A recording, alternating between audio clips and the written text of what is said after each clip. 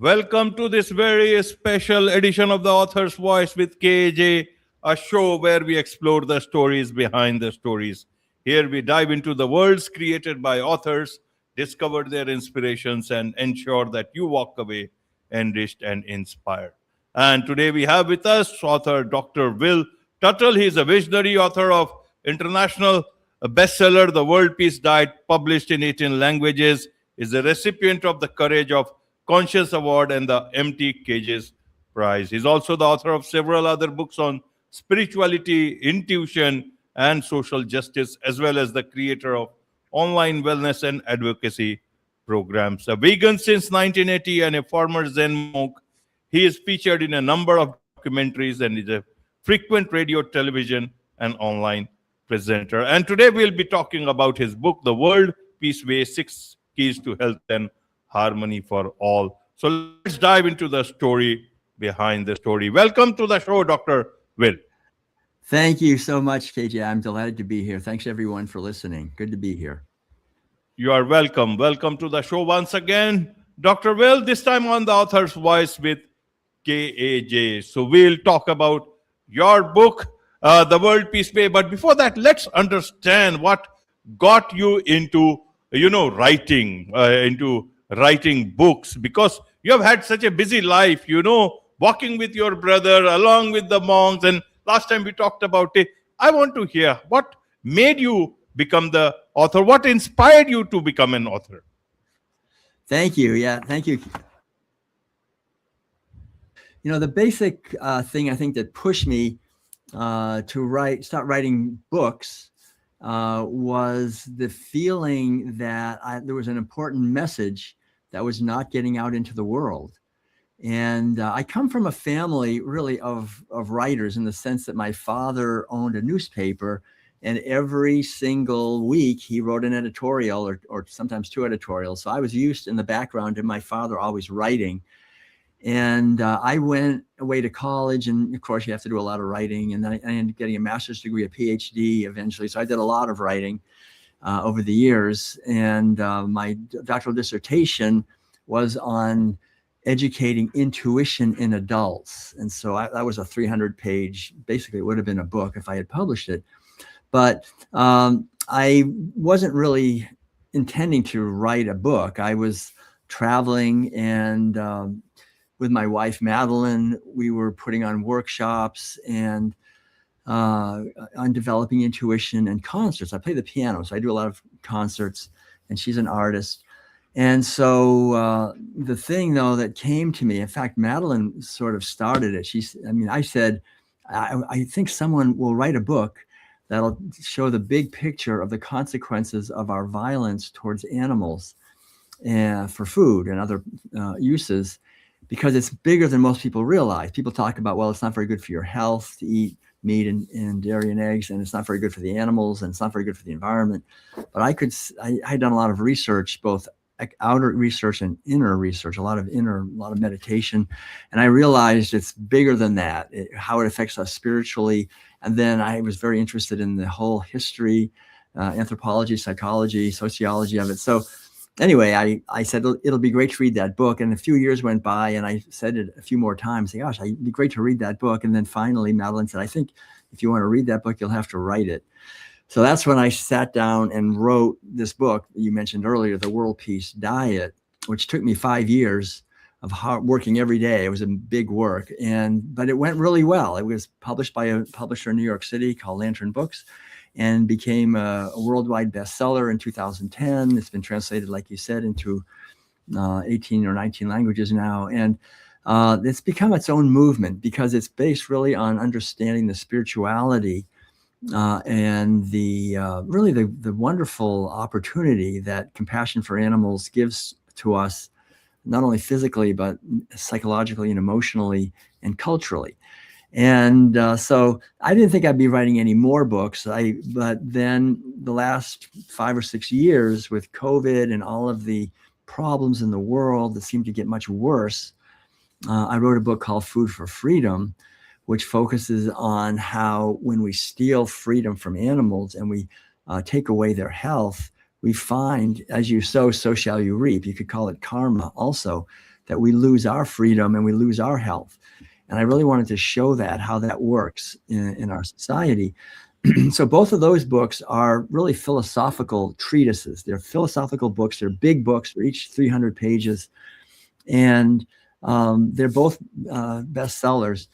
But then I felt that it would be really good to have a totally different kind of a book, a smaller one that's practical. And that's the one, that you mentioned, The World Peace Way. I have it right here. And The World Peace Way, I really love it, and people love it because it's like I say, it's smaller, and it's just practical tips basically for how to be healthy, not only individually but for our society, all of us. And so there's 6 keys, like you said, that I lay out, and this is what I've been doing really for the last maybe 50 years.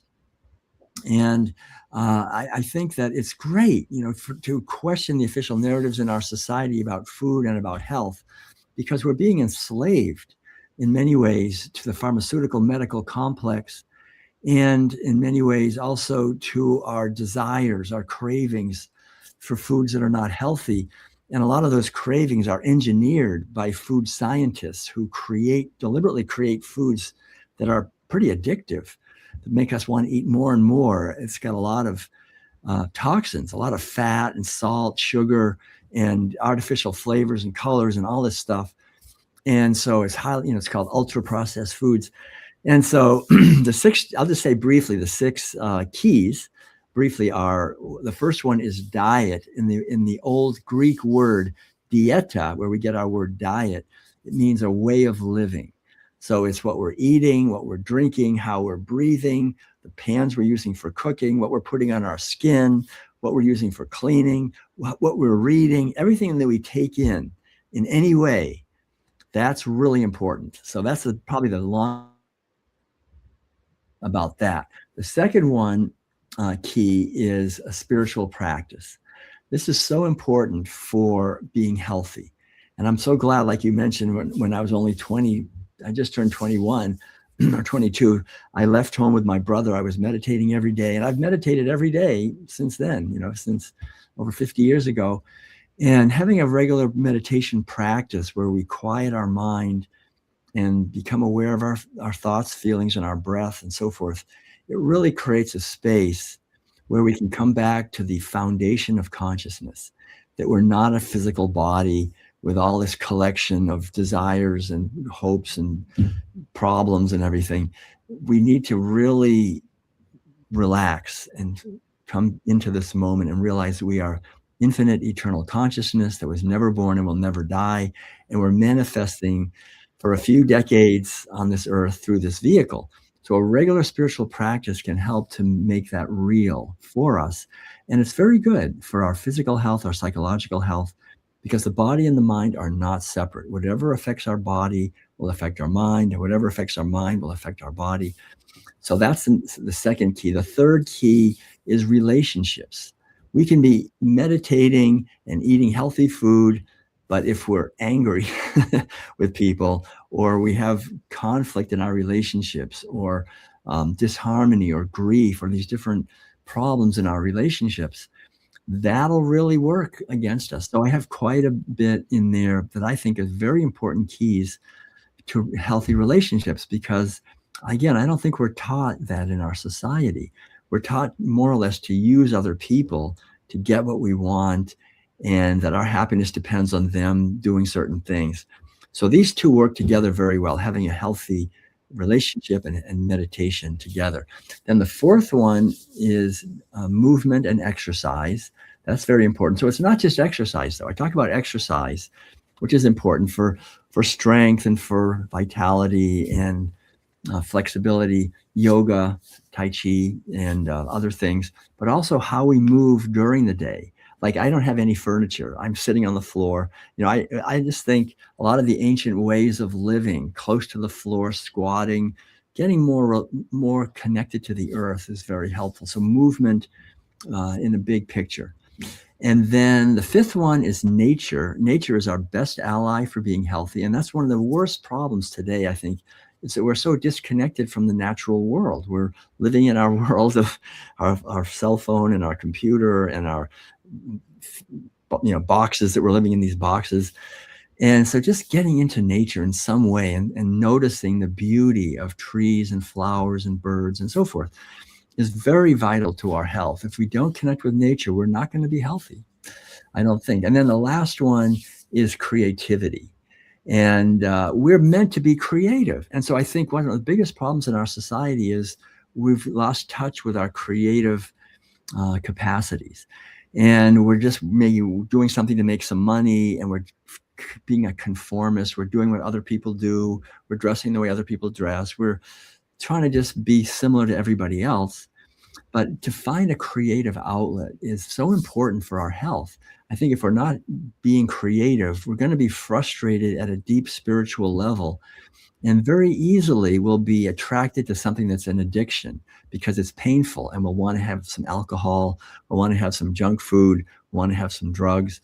So creativity is really important. I love to play the piano. I think for me, music is a big thing. I'm composing new pieces. I'm playing the piano. I'm writing. I'm repairing. I'm building things around here all the time, and creating a concert and lecture schedules and things. Madeline's an artist. You're doing wonderful creative work with your podcast here and so forth. I mean, to find ways that we can do something that's unique, that gives us a purpose. If I have a purpose, then every cell in my body is like, I wake up in the morning and I say, gosh, I got another day. I give thanks for another day to learn, to grow, to remember, to contribute, to create. And so every cell in my body is here to serve me as infinite eternal consciousness, right? This is just a physical vehicle, but it's a vehicle for consciousness. So when I'm being creative, the cells in my body are going, all right, let's go, everybody. Come on, we got to work and help this guy do what he wants to do. And if I wake up in the morning, I think, oh gosh, I got to go to work today. I don't want to do that. Oh man, I can't wait till Friday comes. Every cell in our body is saying, let's not do anything. I mean, there's no purpose here. And so we start to get less energy. We start to accumulate toxins. We don't, it's really important, I think, to understand the vital power that our mind has.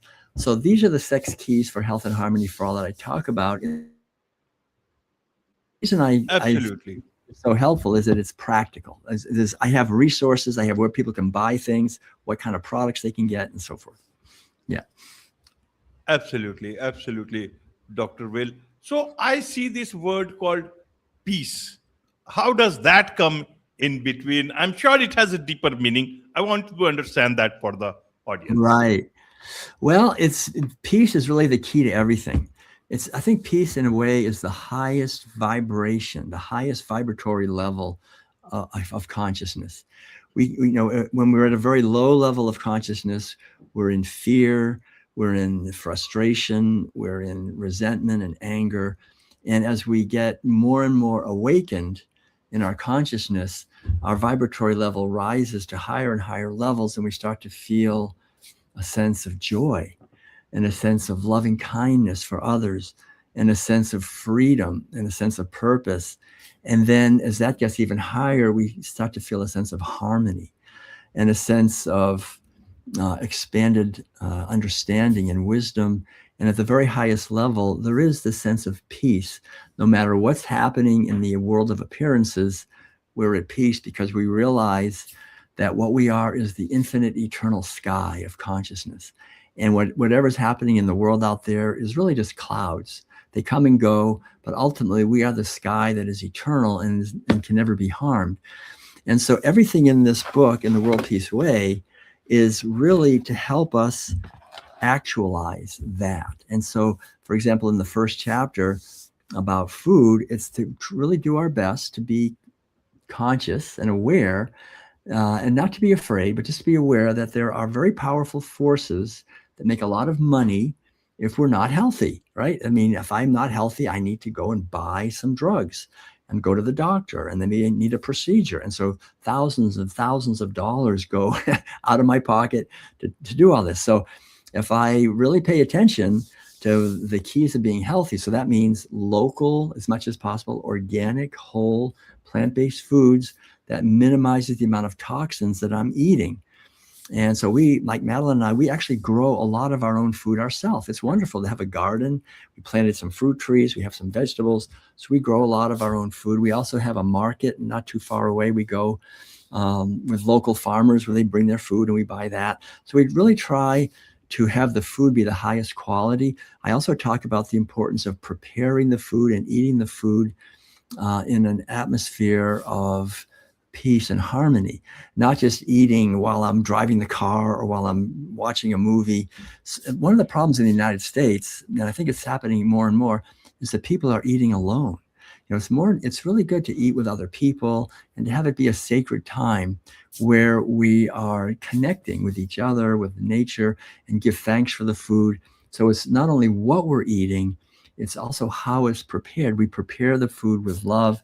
In ancient India, and I think even today, women understand that prana is in the food. If you prepare the food with the prana, the energy of love and kindness and caring for your family, they're eating that prana. We've forgotten all that, but that's very important. And also, what kinds of metal is in the pans? Or what kind of pans we're using. A lot of people have really inexpensive pans that leach heavy metals into the food. Or they have these protective coatings with Teflon that are chemicals that are toxic. So we talk about the importance of having really good quality surgical steel pans. They're kind of expensive in the beginning, but they last forever. We have our pan, we've had it over 35 years and it's brand new. It looks like new. And so we've seen people that had chronic disease that went away when they changed their pans, right? So it's important to understand that. Water is important, really, really important to have water that's not polluted, have a good filter. We also structure our water. So I talk about that, like water when it runs through tubes for a long distance and pipes, the molecules get compressed and we drink, but it's not as bioavailable. So we have to drink more in order to get the benefit from the water. So we bought this little device that goes into when the water comes onto our property and it swirls the water like it would be in a stream or in a pond. And so the molecules are open. And so we don't have to drink as much to get the benefit from the water. We don't have to water the plants, the trees as much because the water is more. So that's called structured water. And it's important really that our beverages, that we're not drinking alcohol, that we're not drinking Coca-Cola, soft drinks, all these really terrible beverages out there, just really good, water, good clean water is really fantastic. And then also breathing. Most people don't understand how to breathe properly. Most of us have never been taught to breathe slowly and deeply in a relaxed, often with shallow breathing, and we're not really taking in the prana from the air. And we're emotionally more upset easily because we're breathing in a more shallow way. So learning how to breathe properly, making sure. The other thing that's really a big problem in the United States, and I think in other countries, is that according to research, air inside buildings is 5 times more polluted than air outside, because very often we have paint or formaldehyde or other chemicals outgassing, flame retardants. And so it's good to open the windows. It's good to really maybe have an air purifier if that's a problem, but to really have clean air and breathe deeply and breathe slowly and deeply. So breath is important. And then whatever we put on our skin, we might as well eat it. It goes right into our bloodstream. So we see people putting all kinds of toxic creams on, sunscreens on, shampoos, soap. If you read the ingredients, there's all these chemicals on these things. So read ingredients. Try to buy products that are more organic, that don't have a lot of toxic chemicals. I know in the United States, we have no protection, really no protection. If it says fragrance, for example, on a product, that can be 100 different things that are known carcinogens, neurotoxins, hormone disruptors. They don't care. There's no protection at all. And because the more people that put these things on, the more sick people become. The more sick people become, the more money they make, right? That's what they want. It's like they say the petrochemical industries, it's all one industry. And so they make the products, they make the chemicals, they make the drugs. So we as consumers or as people who buy these things, it's up to us to be careful what we give our children, what we put on our children, especially, are very vulnerable. So what we put on our skin, the kinds of things we wash our clothes in, all of that. And then finally, really important, what we're consuming with our eyes, our media, the media in our ears. There's just like there's junk food that's really toxic and full of harmful things. There's junk media. People so often are watching things that are designed to make us afraid and angry and buy products that are not good for us. So really, like, one of the things that people say, how is it possible that you have never been to a doctor or had any drug of any kind for 50 years? And I say, it's easy to explain. I haven't had a television in 50 years. And I'm so glad I just got rid of the television 50 years ago. And it's so liberating. It's a program. We get programmed by all these corporate messages that want us to be less healthy, really, and believe whatever they want us to believe. So we have to be more aware. So be very careful about what we read, what we listen to. It's so great, KAJ, that you have this program where we can actually have healthy inputs, healthy, clearing, inspiring, informative, uplifting content. That's food for the spirit. It's so important. So that's just the first chapter. But I think you get a sense of this, that we can learn very practical things that we wouldn't learn anywhere else. And in this book, there's a whole section on meditation, how to practice meditation in a way that's effective. There's keys to healthy relationships. Basically, the main thing really is understanding that everyone we ever see is suffering, really. I mean, we all have, life on planet Earth is difficult. It's challenging. We have a lot of challenges, financial challenges, emotional challenges, career challenges. And so to just really understand that and be loving, the more we can be loving with each other, the more it comes back. The more we put it out, the more it comes back. And to learn to listen to other people rather than always want to tell them what we think. The more we listen to others, the more they'll listen to us. So there's basic skills that we can develop in communication that'll lead to more healthy relationships. And the other thing I think is, like in the next chapter, is movement and exercise, to realize that our body really loves to move. And it's much better if we're flexible, but also to question things. I just give this example. It's a little funny. To me, it's kind of funny.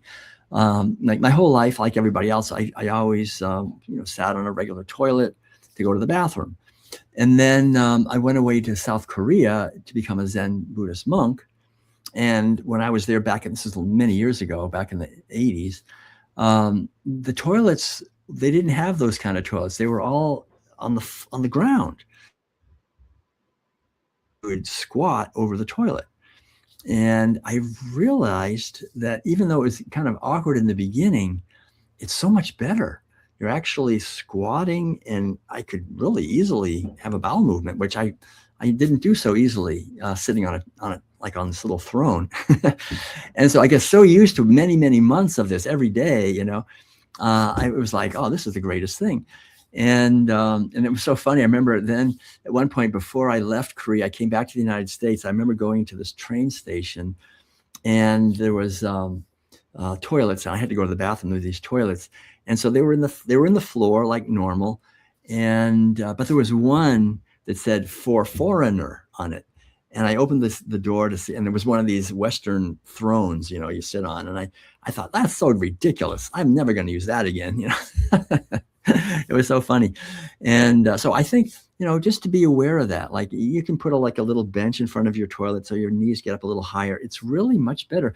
A lot of people in our society are constipated. And part of the reason is the foods they're eating don't have enough fiber.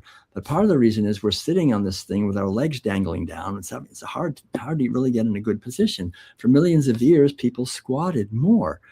And that's a very healthy position to be in for various things, for giving birth, for different things. So we've lost touch with that. We're sitting in chairs all the time, which really, again, are not the best thing for our back, for our posture. So to really learn to maintain a good posture throughout the day and how to do that. I sit on cushions and so forth. There's different ways of doing it, but that's really important for the health of our body.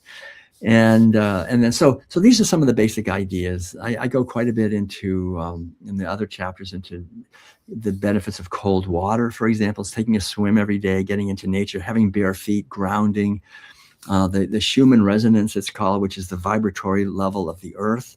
We're disconnected from that because we're wearing rubber shoes, and so just to have bare feet now and then on the earth, or to connect with water, to connect with nature, to get outside of the house into nature.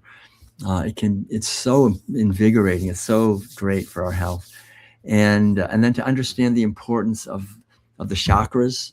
This is in the last chapter of bringing our energy up from the lower chakras, which are basically states of consciousness, from survival and desire and power, the lower chakras, up into love and creativity and intuitive wisdom and awakening.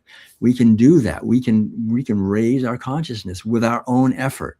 That's a beautiful thing. We can make an effort to raise our consciousness, and when we do that, we just raise the quality of our life. And each one of us can do that. We don't have to blame other people and say it's their fault that I'm not happy. We can say, look, I can take responsibility for the quality of my consciousness, of my food, of my relationships, and do my best. Just do my best every day. And if we do our best every day, I think we'll find our life gets more and more joyful and more happy. So those are the main ideas. Like I say, there's a lot more to it than that, but that's the underlying idea in the book. Absolutely, absolutely, Doctor. Well, so who is this book for? I have some answer, but I want to hear from you. Well, the book is really for people who are somewhat open-minded, who are willing to question the official narratives in our society about food and health and relationships and meditation and prayer, spirituality. So I think it's not really for everyone. I think a lot of people might look at it and go, oh, that's too far out for me. But for anyone who is somewhat open-minded, who's willing to question the programming that we get very often through the media, I think they'll love it, because these are tried and tested. I mean, these efforts really work. I mean, I've proved them in my own life. My wife, Madeline, also proves them in her life. And I would say millions of people for thousands of years have been proving these ideas true. It's not my thing. I mean, these are things I've learned mainly from ancient cultures, especially from the ancient cultures of India and China and ancient wisdom traditions. People have understood these things really for thousands of years. And in many ways, we've been hijacked and taken away. So it's kind of returning to the ancient wisdom. So I think anyone who has this feeling of respect for their elders, for the elder wisdom, for ancient wisdom, and also I would say who's curious, anyone who's curious about how things are interconnected. And the interesting thing is a lot of what's in here is cutting edge science, really. I mean, a lot of what science is actually showing is that our, is important for our health, and eating healthy food really is important for our health. So it's not against science either, but it's trying to sort of illuminate science in a positive way, because a lot of science gets misused in order to sell products. So it's really to take the best of our various ways of understanding reality. So I think anyone who has any spiritual inclination also, because I think spirituality is really the foundation of everything. If we don't have spirituality, it's going to be hard to really be happy and healthy. We have to get beyond materialism to a deeper sense. So if anyone has any questioning about who we are, why we're here, anything like that, that's very good also. Absolutely, absolutely. So in a nutshell, what do you want? What message, key insight you want readers to take away from this book? In a nutshell, I would say it's the good news that all of us, each and every one of us, can do our best to take responsibility for the quality of our life and question. That's the key thing. Question what we're taking in from the media or what we've already taken in, which is our own thoughts, our own opinions, questioning our own opinions, and being open to trying some new things. And that if we do that, the natural wisdom, which is in our being, it's in our body and mind, will begin to guide us. We have within us already an inner guidance system, an inner wisdom. So we don't have to trust outside authorities, really. That's the thing. It's like, I'm not saying this is, I'm the authority. I'm really saying trust your own authority. Try these things out and follow your inner wisdom. And that really will bring us to our highest state of awareness. Absolutely, absolutely higher state of awareness. So, Dr. Vale, this is one more of your books. What about, any other books coming in the future? Anything else that you are working on that you want the world to know about? Right. Well, at the moment, we're basically promoting these books, and then we're doing lots of traveling and tours and so forth, talking about these things. I would say the main upcoming projects are speaking events that we're doing around the United States and also by Zoom and other places. There's also in the background another book coming, which will be my memoirs, basically, because I think a lot of people say, gosh, it would be so great to know about your life, because I haven't really talked about it that much in these books. I mainly give the ideas, but not so much about myself. And so we'll probably do something like that. And then otherwise, just see what comes with every day. That's really what it is, to enjoy each moment and live each moment as fully as possible. Absolutely. Live each moment as fully as possible, Dr. Will. And to learn about all these things, there is so much to learn from you, learn from your books. What's the best way for people to get in touch with you? Also get hold of this book and several other books that you have written. Right. Yeah. So we have this book, and then, like we mentioned earlier, the World Peace Diet. So World Peace Diet, those 3 words, .com. That's really our main website, actually. Also, my name, just willtuttle.com. That'll take you pretty much to the same place. And the music CDs, the books, the main books besides the ones we've mentioned, there's one called Your Inner Islands, The Keys to Intuitive Living, which is all about developing intuition, spiritual intuition. So that's another interesting book, and Food for Freedom. But it's all on our website. So you can go there. My wife, Madeline, her beautiful paintings. You can see one in the background of a wolf here. But Madeline's art is there, our lecture schedule. We have a training if people want to go, an online training to go deeper into these ideas. We have some more trainings on the way. We're working on that, actually, some more online trainings. And we have our videos, whole, YouTube. People can go to YouTube, just put my name in. A lot of lectures, concerts, Madeline's Intuitive Kitchen, the cooking, how to prepare food. And then we have